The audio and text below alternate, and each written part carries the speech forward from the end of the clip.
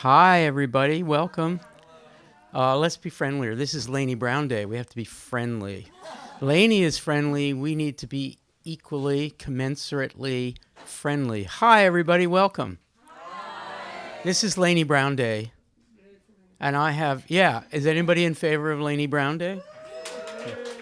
I think every year, the day after the election should be Laynie Browne Day.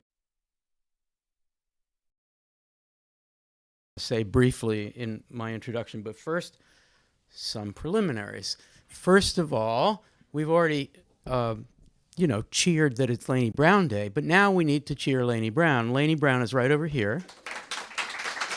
And we are so glad that you're here. And we have two books that we're selling. One is this extraordinary anthology of essays on the poet's novel, A Forest on Many Stems.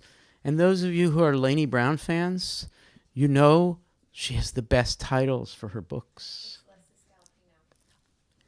Borrowing from Leslie Scalapino and otherwise, because this is a version of a borrowed phrase as well. Anyway, we have copies of this book, and we have the new book, translation of the Lilies Back into Lists, which is sort of marred by my notes here, but this, we have paperback copies of it. That's the new book. And we also have a broadside. Look at that. And this is for you to have. It's a little too big for a bookmark, but not for this book. Well, it is. But anyway, suitable for framing. We'd like you to have this. And there's also some postcards. Charles II. Anyway, Laynie brought these postcards. It's fantastic. And we have a number of people who are watching us on the live stream on YouTube. So I'm addressing myself to them right now. Welcome to the Writer's House virtually. For those many of you watching who are not local, welcome for the next hour plus to the greatest city in the world this morning, Philadelphia, Pennsylvania. And to our Commonwealth of Pennsylvania. Anybody feeling good about the Commonwealth this morning? Today, welcome to the Writer's House. For those of you watching in the live stream, most of you have to be sort of connected to YouTube, maybe signed in. In any case, you have at your right or below the chat, and we hope that you will chat away. It's something that people in the room can't do so much. It happens sometimes, but it's a little ruder to do in the room than it is on YouTube. So chat away. And we have the two Andrews in the back. And we need to snap for them, too, because they're doing a lot of work tonight. The two Andrews. There's young Andrew and I guess old Andrew? I don't know. But anyway, they're doing a lot of things technically, but they're also watching the YouTube chat. And so Laynie's going to read for a little while, and then at the end, Laynie and I will nod at each other, and I will grab a portable mic, and there might be some time for some Q&A or some responses, or simply saying nice things about Laynie, because it's Laynie Browne Day, and you should say nice things. And then we'll look, one of the Andrews, I guess it would probably devolve to young Andrew, I don't know, we'll maybe read some questions or comments, so we encourage you to participate in that. I have a feeling Laynie likes to read across all kinds of texts, but on the assumption that she might be reading a lot from this new book, I just wanted to say a few words about it and then give the podium to Laynie. Laynie is and has become ever more a friend, a colleague. We work together very closely on lots of things. A marvelous poet, very productive.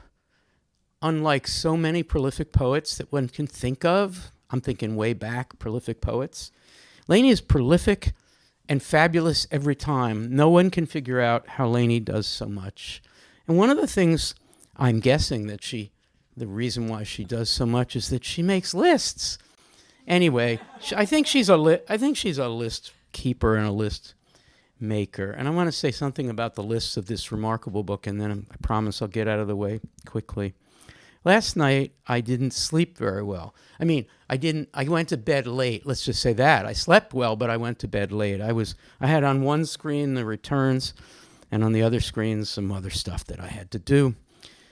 And I couldn't sleep. And I don't recommend that that when you can't sleep, that you reach for a book of lists. I do recommend reaching for this book, but lists, wow. I mean, I encountered this one. By the way, the lists are dated, so these were 2015, 2016, the first half of 2016. I'm sure Laynie will explain more about why that period. But 2016, just reading list entries from the year 2016 on election night 2022, I couldn't help but throw myself back to that part of 2016 at a point when many people thought this was ludicrous but would work out well. And the lists just stunned me as a kind of preliminary. The one that really kept me up another half hour is in a list dated December 16th, 2015. Do crossed out items count? Any list keepers out there? Can you cross out an item and keep it as a list item? Here's another one that really kept me up, Laynie. Thanks a lot. But how might it end? It being the list making? How might it end? Perhaps not unlike many other forced aspects of discourse or housework. Don't read that at 2 a.m. Another one from that same entry. Repetitions continue. That's a list item. Here's another one that really I should not have turned to. The daily takes too much time. And another one. Therefore, I propose to waking every second, beginning each moment. Laynie. The narrative I am writing disintegrates because everything disintegrates. A list is a disintegrated narrative, right? A list is reality parsed out. A list is a way of getting things done. A list is a way of living life. A list is a way of accomplishing things. And a list is reality. It's actually a list. List poems, as avant-garde as they are, is realism. There's some people back there who are reading George Eliot. And of course, that's not realism. This is realism. A list is a way of getting things done by focusing on the problem of making a list of everything that needs to get done, everything that got done and isn't crossed out because one wants to maintain the list, everything one is going to do immediately, and everything one hopes to do in the future. And now you understand why I couldn't fall asleep. And I was so glad not to fall asleep because I reread this book last night. And it is a marvelous book. So now I want you to put your hands together in a energetic way to welcome Laynie Browne to the podium to read from this book and presumably others. Laynie Browne.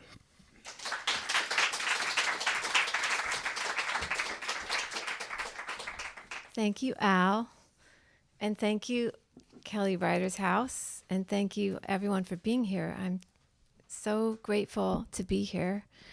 And I want to dedicate this reading to my family and especially to my father, who passed on September 8th of this year.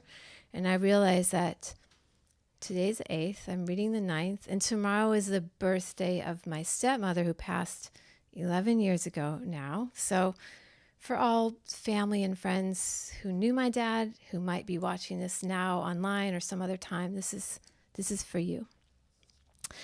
And I'm going to read in a few parts. I am going to read some newer work and then get to translation of the Lilies. So first, I want to read from a manuscript that I started in the summer, which is titled, what is it titled? It's titled Names Before They Were Maidens, Cameos, Talks in Miniature.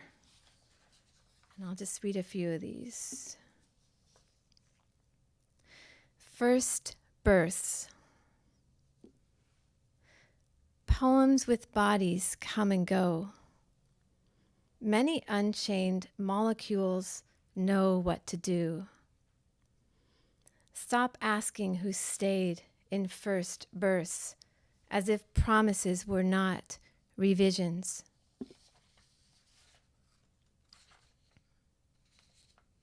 Luminosity. I went to visit my father's luminosity. Every time I did this, I had to remind myself that was not exactly what I was doing, even though that is the distinct impression I had. I drove a distance on highways with changing numbers, pulled into an industrial park, and stopped beside an enormous glass edifice. There was a fountain in the front and doors that were exceedingly heavy. Then I entered an office and waited. A smiling young woman behind the counter asked if I'd like a beverage. As I'd waited, I'd say to myself, this isn't going to hurt at all. Eventually, a man would greet me, always a man, though the man was never my father. In this office, women sit behind desks, and men are permitted to walk. But I am a woman walking by my own volition into an office for an in-depth conversation I will mostly fail to understand.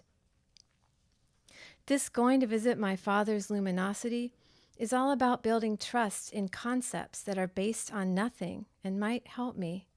The funny thing is, these experts know nothing about my father's luminosity. Luminosity is only a word. The truth is that this particular luminosity was given to me years ago, but I still think of it as my father's luminosity. When will I start to consider it my own? When will I realize that no trained experts are necessary? To visit my own luminosity is a startling proposition, which might mean going nowhere, speaking to no one.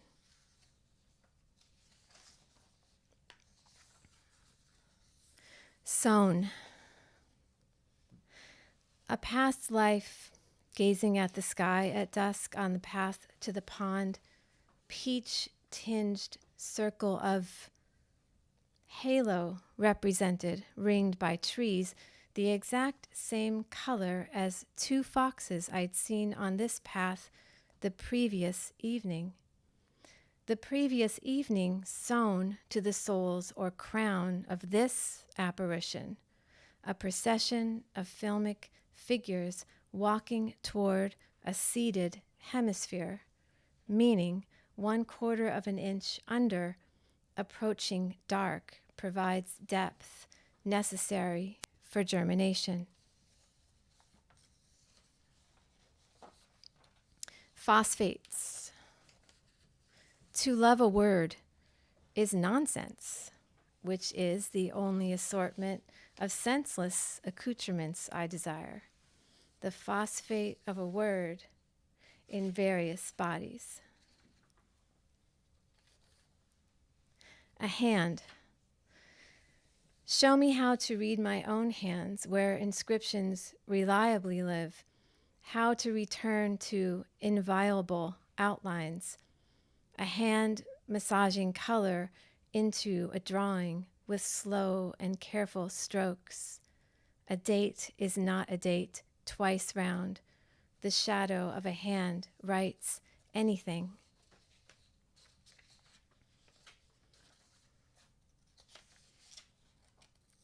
Stillness. Why not trilocate? After meeting with the dead, finding myself in many locations at once is my most prominent dream sign. Still, I doubt, a flicker in this exact set of circumstances precisely for the purpose of bodiless practice.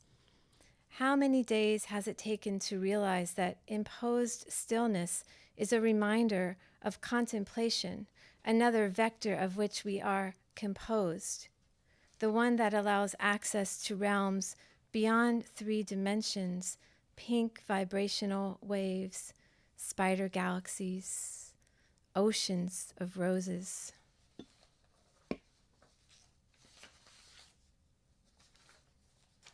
And now I'm going to read something even newer. I started writing a conversation with my father as soon as he passed, and I've been writing it every day, and it's called A Lava Step at Any Time. And there's two voices. There's a father and a daughter, although it's really easy to lose who's talking, though that seems right. So I'll just read a few of these.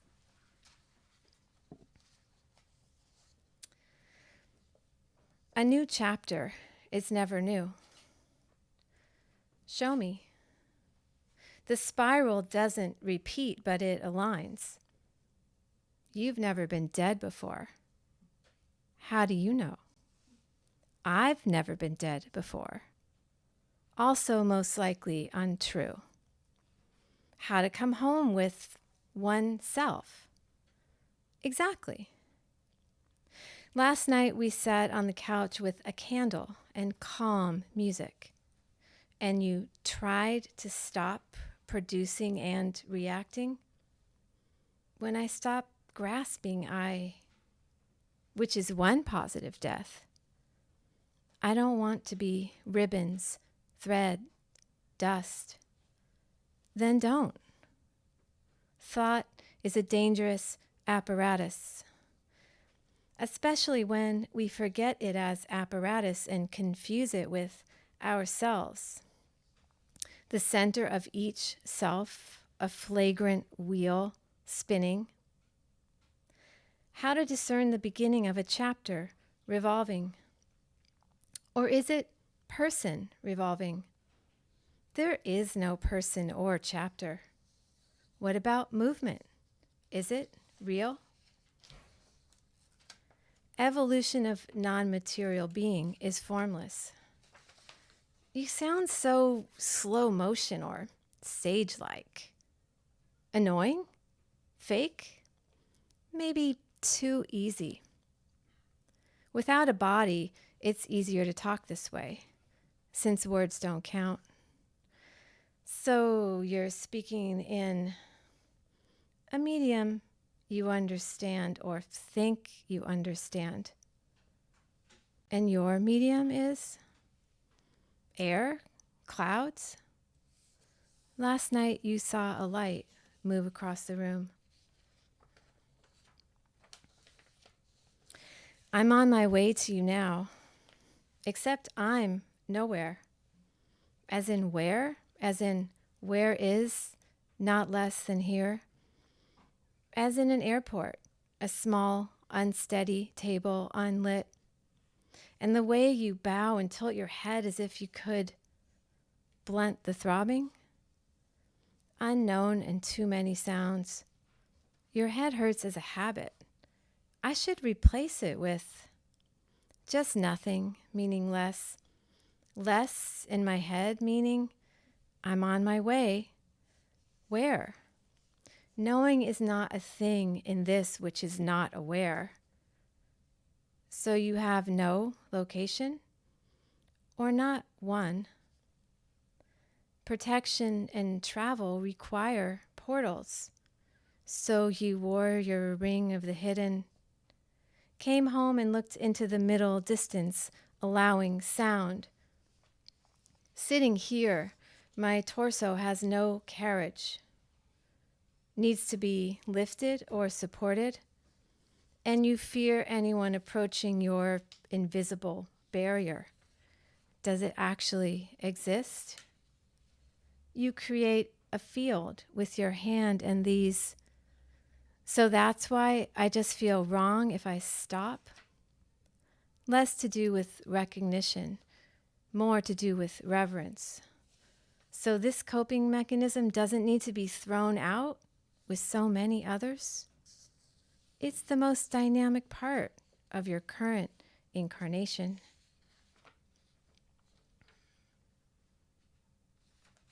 What is it about occasions that makes them want to end before they arrive? You mean persons? The end of life, to be present for that is, I'm honored that you're honored that I've left my body. That's not what I meant. By the way, where is my body? Creating psychological time? Do you consult with time anymore? I'm free of clock time and psychological time, but something else presses. Something akin or equivalent to time? I won't answer that, but I can say purposefulness has new dimensional meanings. Yesterday, I reached a peak and then a crescent, and then my own absence or ill-prepared, I stalked legitimacy. You exist in more than one thought location, and your body attempts to adjust. So many moving parts of our own obsolescence. No, exactly the opposite. When asked to do one more thing, I faltered. You sat and listened and attempted to put a message out of mind. You even saw yourself dissolve as you failed. I was diminished. The problem was caring. No real argument was being made. One attracted to pain will find ways to magnify and project. Yes, but you don't have to participate in that version. How to detach from the neuroses of a person, but not the person? Noise, noise, noise. To what will you attend? Quietness is resourceful. Someone else's something else is not your interiority. Yet I trip on here. We are not separate. The part which is the whole and connected is not what is making the noise. So listen to the soundless whole which is part. I don't know how to do that. It's the part burdened by care, but you confuse care with noise. Ignore a behavior or see it as a signal for compassionate non-action as an action. The action is to protect yourself so that compassion has legs and arms and non-words to listen.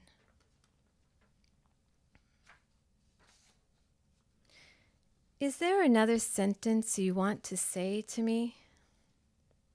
So many sentences containing no words. Made of? Not making here, meaning non-placeness.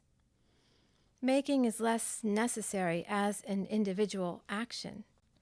Do individuals still exist? Individual what? Dust specks? Cosmic music? Persons. What is a person? That's what I want to know from your perspective. A temporary home. It's a work from home situation, mostly resisted. Resistance isn't anyone's name, so a person is a placeholder for a blink, a weekend, color. What about that knocking last night? A what you'll never forget.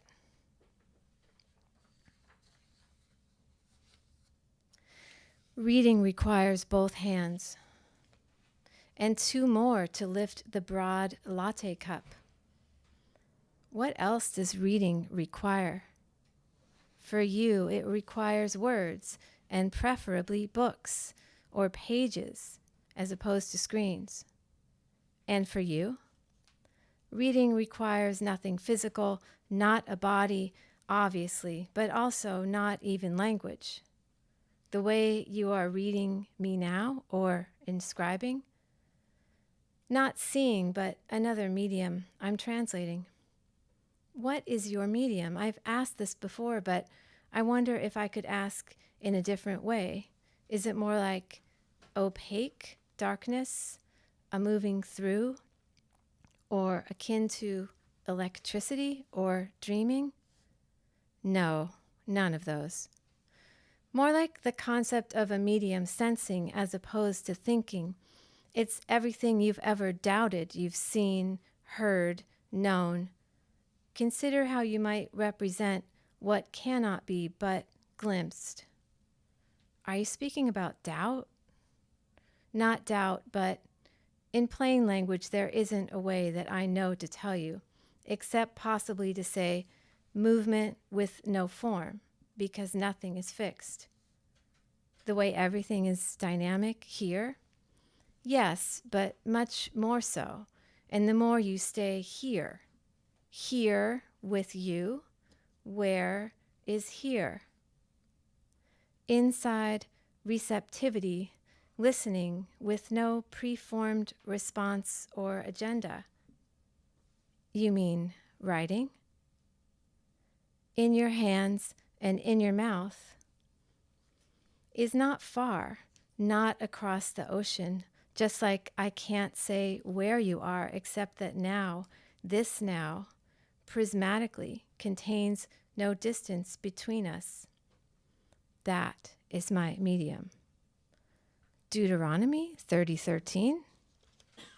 Travel is not required in your medium or mine, unless you consider that process of quieting and stillness and listening as travel between the avatar and inner.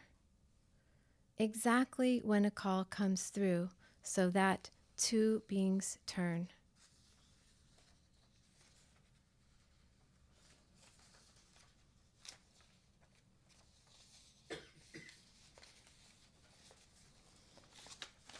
And the last one of this series that I'll read. Was that you, a little spot of light appearing to my right and above, floating? You were reading in bed my underlined copy. The light, bright spot, white and tiny, one or two revolving circles for an instant in the periphery, or was I trying to see you? You weren't trying, you were reading. But unconsciously all the time, I'm hoping to sense what? Nothing visual, but sometimes auditory or small steps, other scent, a knowing when I speak to you or walk into an empty space. Here. The light was visual. If I saw it, could it have been a bright flash of what? I wasn't holding anything but a book. Are you saying books aren't reflective, aren't shining, don't generate emanations?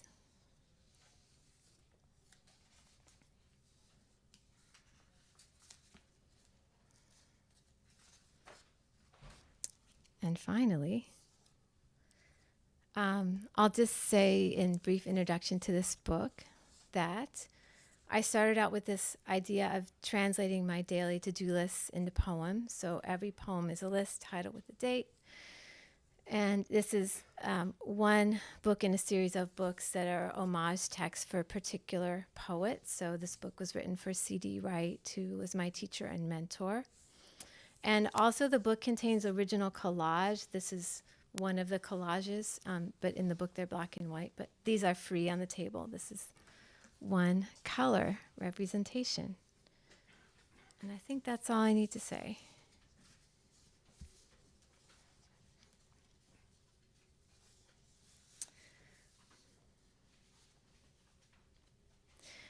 December 31st, 2015, 2. The daily takes too much time. Therefore, I propose to waking every second, beginning each moment. The new year is just an excuse for counting. Numbers don't keep anyone safe. Ideas lurk in symbols and murders occur in figures. The squirrel runs up a tree, but we do not accuse him of squirrelishness or thievery or absent-mindedness. Where is substance buried? Shall I reply again to your drawings? I'm leaving habit on a high shelf, going for a walk in sound.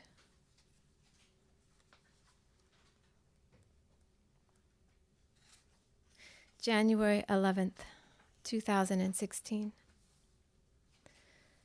My morning is not to be bisected. Only light may visit, or persons made of words. How to be less obedient. I draw the line at time. Sort, carry, submerge, spin, remove. Still traveling away from a moment. She was suddenly only one person when the frame split, but I remembered both hemispheres. Drape thought along backs of chairs to dry. Is it better to walk along an unfamiliar road in the dark? Poor ego, missing space travel through vicarious songs. When one person requires words and another silence, yet both are linked to the same impulse. Some practices are questionable, and some should be questioned. To arrive, you must be willing to actively follow the barely discernible. This isn't the same practice it used to be. Not questioning where you are going, but simply going. The value of unknowns is unknown. Bestowing the highest value to the least likely concept was one way to subvert the hierarchy between sleeping and waking. When lists became pantomimes, something forgotten or something difficult. His comments, though explaining failings, were comforting, mostly because process kept me company. Trust this sentence, but don't give it an undue weight. Once spoken, I did not know how to retrieve or erase. It's easier to hide what another person doesn't already inhabit. Otherwise, every time she looked at my face, she would painfully remember. I was careful not to say more. Print out the names of artists. Make friends with every name. Remember where the names live. Go and visit them. Travel to various cities and to the names of various cities.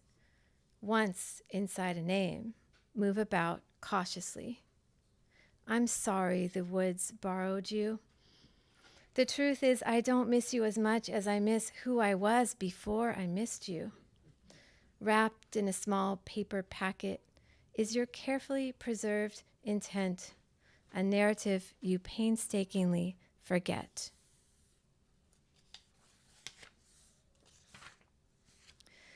January 13th, 2016, 2. Rewrite drawings and ignore every word. My emoji life has never been more serious. If every night lasts forever, can we start now? I left the night alone. Each day contains meaning that can only be accessed within its quotidian borders. Now that I want to transcribe my window, stopped, sealed, quieted, where did I put that non-divisible light? A body contributed to the birth of another body involved in her own double birth. Blown from trees, snow mist evaporates. We didn't want to be snow mist. The road blows ahead.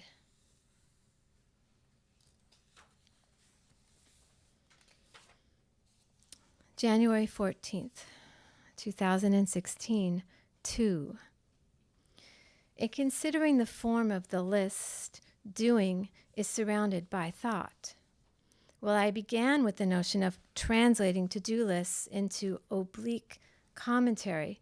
I now see dissolved momentary movements. Tasks which destroy one's substance may be those requiring magnification. Scale means nothing in this respect. A few words placed carefully into a shell or respectfully on a shelf, deliberately inserted into blankness, can be more costly than a great volume, the contents of an entire bookshelf, an enormous edifice of tears. Your voluminous collection is currently being housed in a small bird flying without direction. And if the bird should fail? These images are designed to continue as you close your eyes or begin plummeting. What is peril to a bird? First, recline in ink and paper, a series of concentric ribbons, revelation. Quilt a sector of arms, collaborative daughters.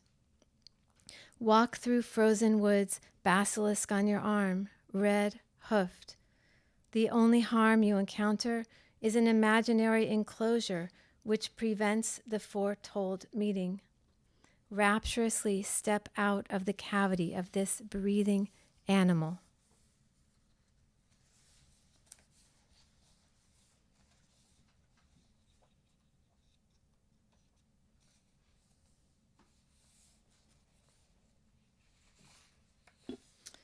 February 22nd, 2016.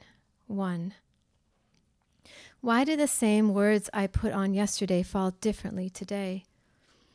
Becoming one's ancestors happens more quickly than I'd imagined.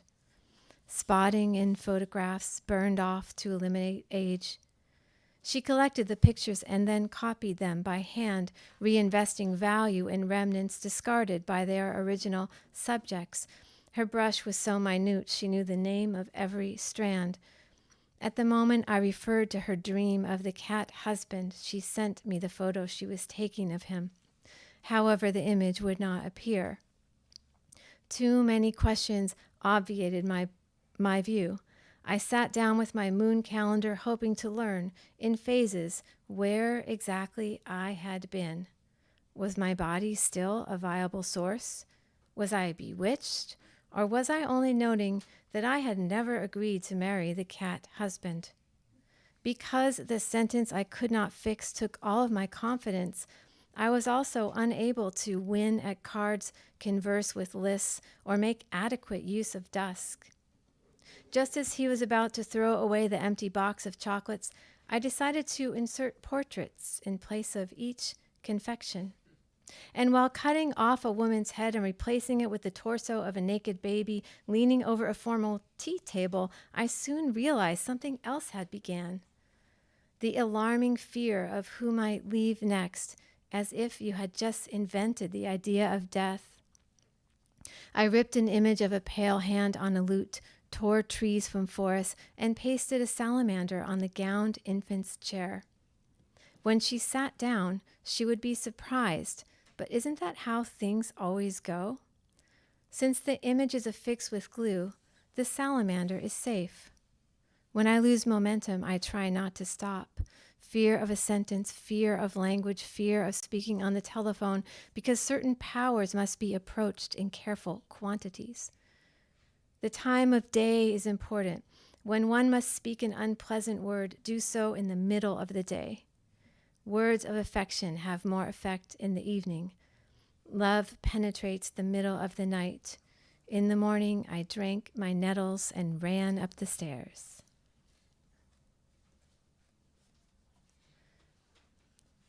And finally, March 9th, 2016. Bonnie Prince Billy sings, "I will be born." Is he talking about himself? Is there a difference between being one person or another? Waking without remembering dreams is like waking without hands. How to complete any simple action? I cleared my desk of the prints of former cups. Should I have read those markings before wiping them away, first with damp rag, then with dry cloth? I've strayed from divination because I'm not willing to know. When you first recorded what you needed to hear, you lived in a single cell. Later, you learned to divide. Not yourself, but those multiple beings beside you came to life, meaning to say, you decided to see them.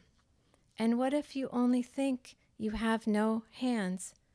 Yesterday, I asked a fox to appear. This morning, a mottled fox dutifully trotted through breakfast.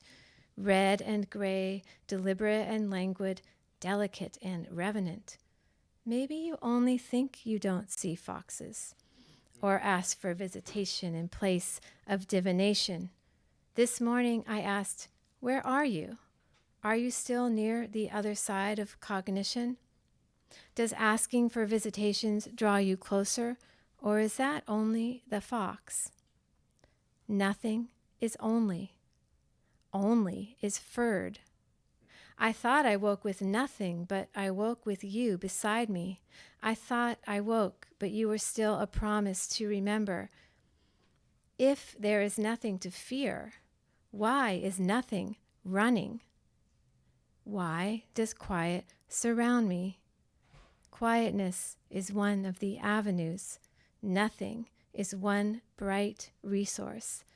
The torch trailing behind you, a deliberate beacon. Thanks.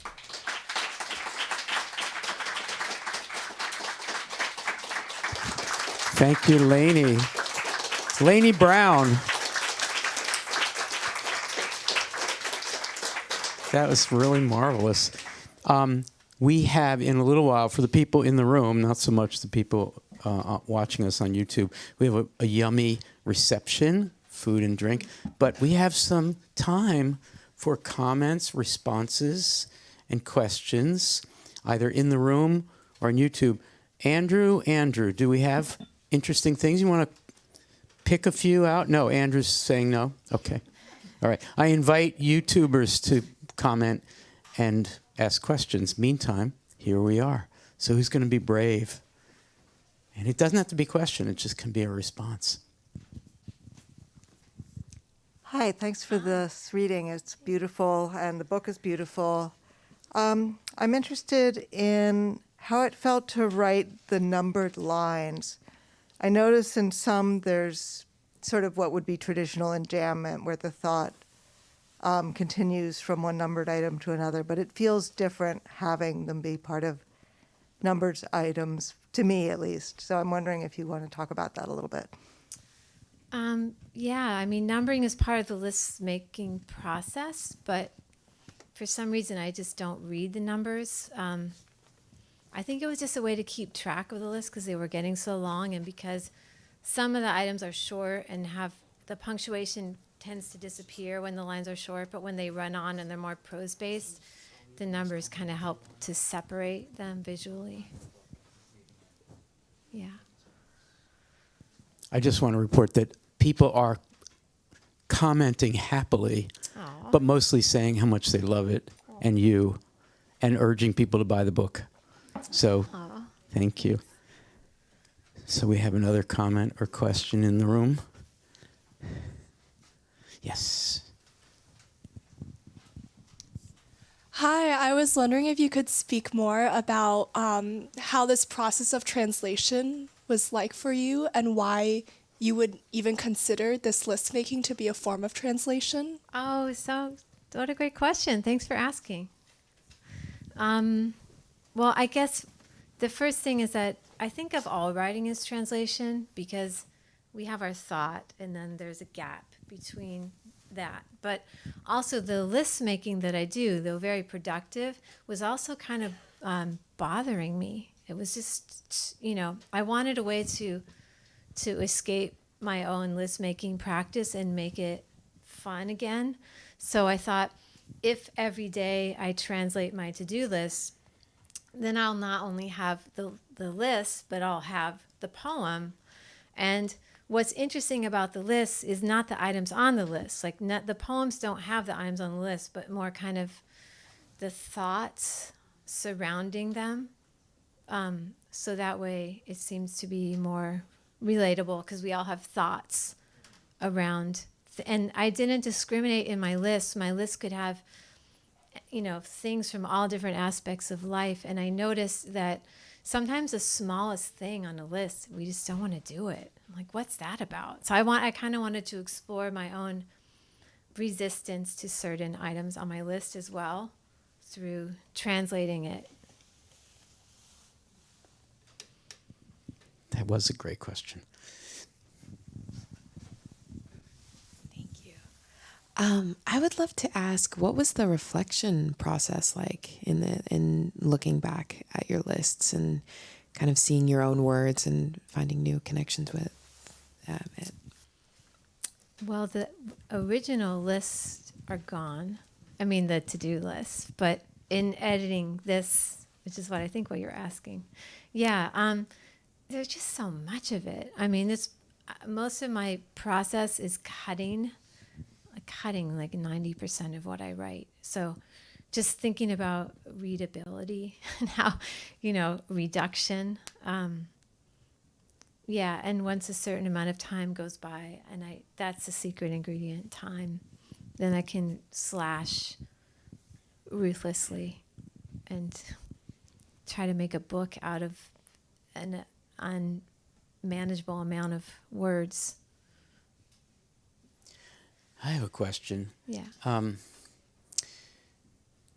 When you got to the dialogues with your father, which is newer work, for people in the room, we heard that first, and then the lists poems. But I had the lists in my head, and I kept hearing a consequential influence from the lists to the newer writing. And so I guess the question is, writing lists partly gets you away from the psychological and psychotherapeutic quality of writing. Supposedly it does, right? By making lists, you basically keep yourself from falling deeply into the trap of the romantic poem that can't get out of its own trauma. Let's go on to the next item on the list. Mm-hmm. But then talking to your father, all that comes back, and the dialogue is list-like in its parataxis, but it's so emotionally and psychologically deep. I don't know what the question is, other than I wonder that retroactively this turns out to be psychologically and emotionally very powerful as well, the lists. Yeah, I mean, this book feels very personal to me, and I wasn't intending it to be elegy. I started writing it, and I hadn't shared it with CD, and she passed. And there's a lot of other, personal content that you maybe can't tell exactly what it is, but it's there. It feels very emotionally raw. But I guess formally, I'm always interested in trying forms I haven't tried. Like every book is a different form. So, I realized I'd never written a book of list poems, and I love list poems. So this is my book of list poems. I've never written a dialogue with the dead, I don't think. You would know. With my father. I mean, I've written dialogue with non-human entities before, but so I guess the dialogue with my father is so new, and I really don't know that much about it yet, but it's a conversation, I guess. I'm sorry, Maya, can you hold on? We have a question. Andrew's going to convey it from the YouTube people. Yes, coming from the YouTube, can you talk about how you view the role of questions in your work and writing process? And someone else commented that some of the lines which follow seem to be connected, and they wonder if it's by intent. Andrew, can you give the names, at least the first names? Matt L. and That's Nat Hi, Matt. Madali, last name Madali. Madali, also from Okay. Modpo. Oh, wait, now I'm losing the question. Oh, the use of the question. Yeah, I mean, questions are really always central in my practice of writing. And I love books that are just entirely questions. So I've definitely been influenced by so many writers who write through questions, like Emin Jabez comes to mind. And I love Pablo Neruda's Book of Questions. But, I mean, there's so many. It just seems like when you're interested in content that is inexplicable, what else can we do but ask questions? Thank you both out there watching us. And here's Maya. I'm so curious to learn more about the collages. Just they're so beautiful, and I love how they appear in very unexpected ways. If you could talk a little bit about that. And I also am wondering if the nature of your lists changed in writing the poems, if that sort of affected your list making. Yeah, thanks. So I've always had this parallel collage practice, but I've kind of kept it separate until recently. So this is the first book in which my collage appears, even though it's black and white, it's slightly different. But so these collages were made during the same time period as that I was writing. And so the way that they appear in the book is there's one for each month. So like another way to look at the book formally is kind of day book, because it moves through time. But yeah, I mean, I'm definitely influenced by collage and writing.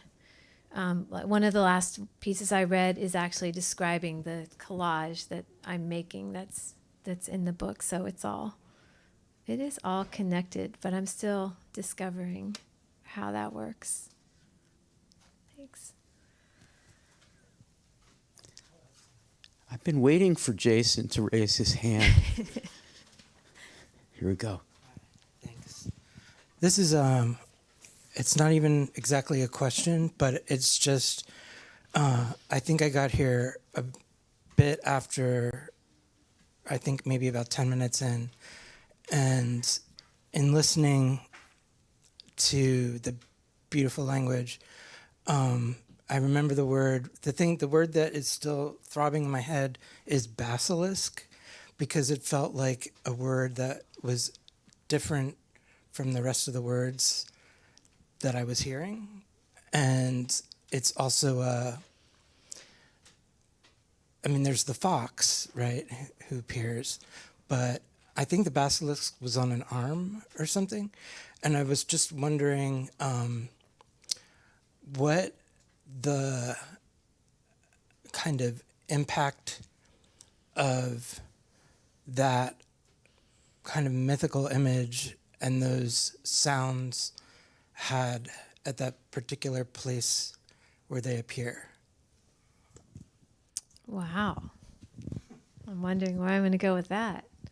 I mean, I feel like, again, collage, right? There's a lot of collage throughout the book.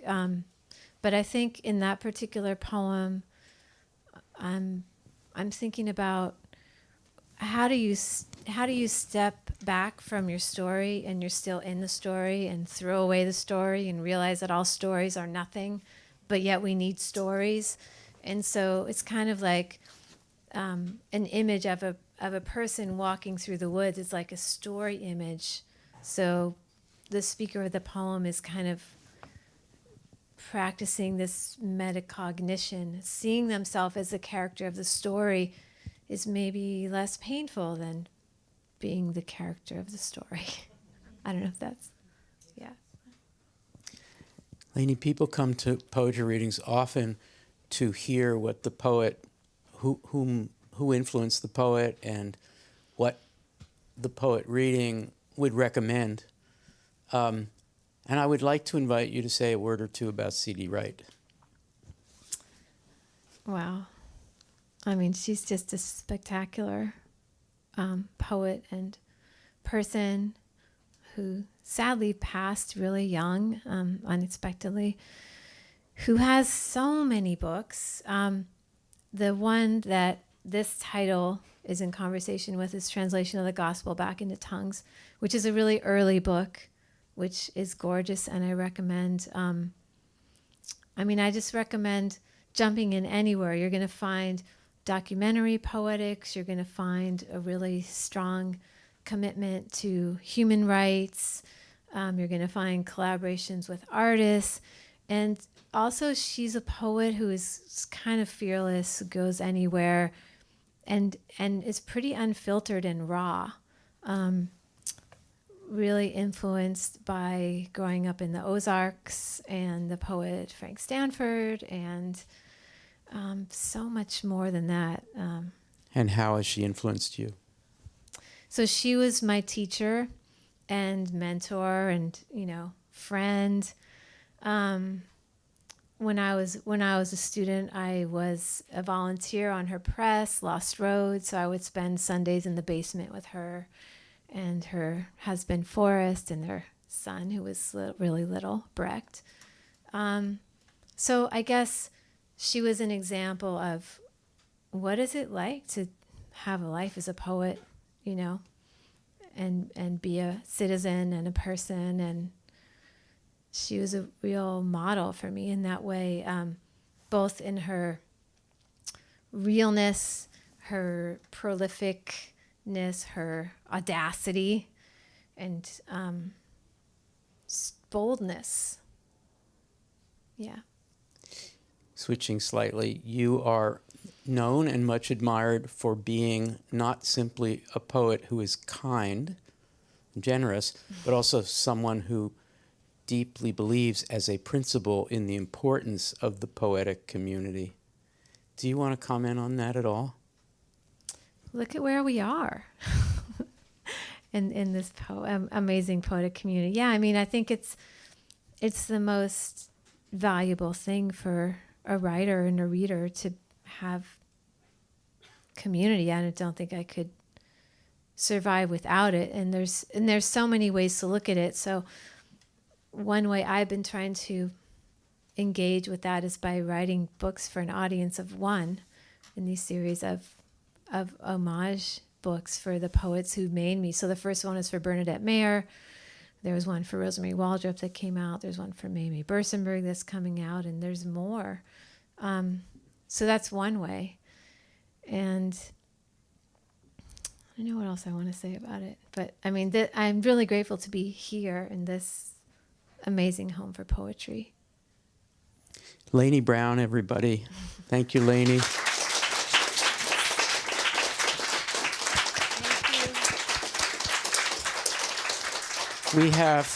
We're selling two of these books, the new one, translation of the Lilies Back into Lists, and also this collection of essays on the poet's novel. And I'm 150% certain that if you can track Laynie down either here in this room or by the table where all the food is, that she would be willing to inscribe your copy of a book. Am I right about that? We also have broadsides for you to take and postcards. So, and reception and food and drink. Hang out with us. Stay as long as you like. One more time, can we thank and congratulate Laynie Browne?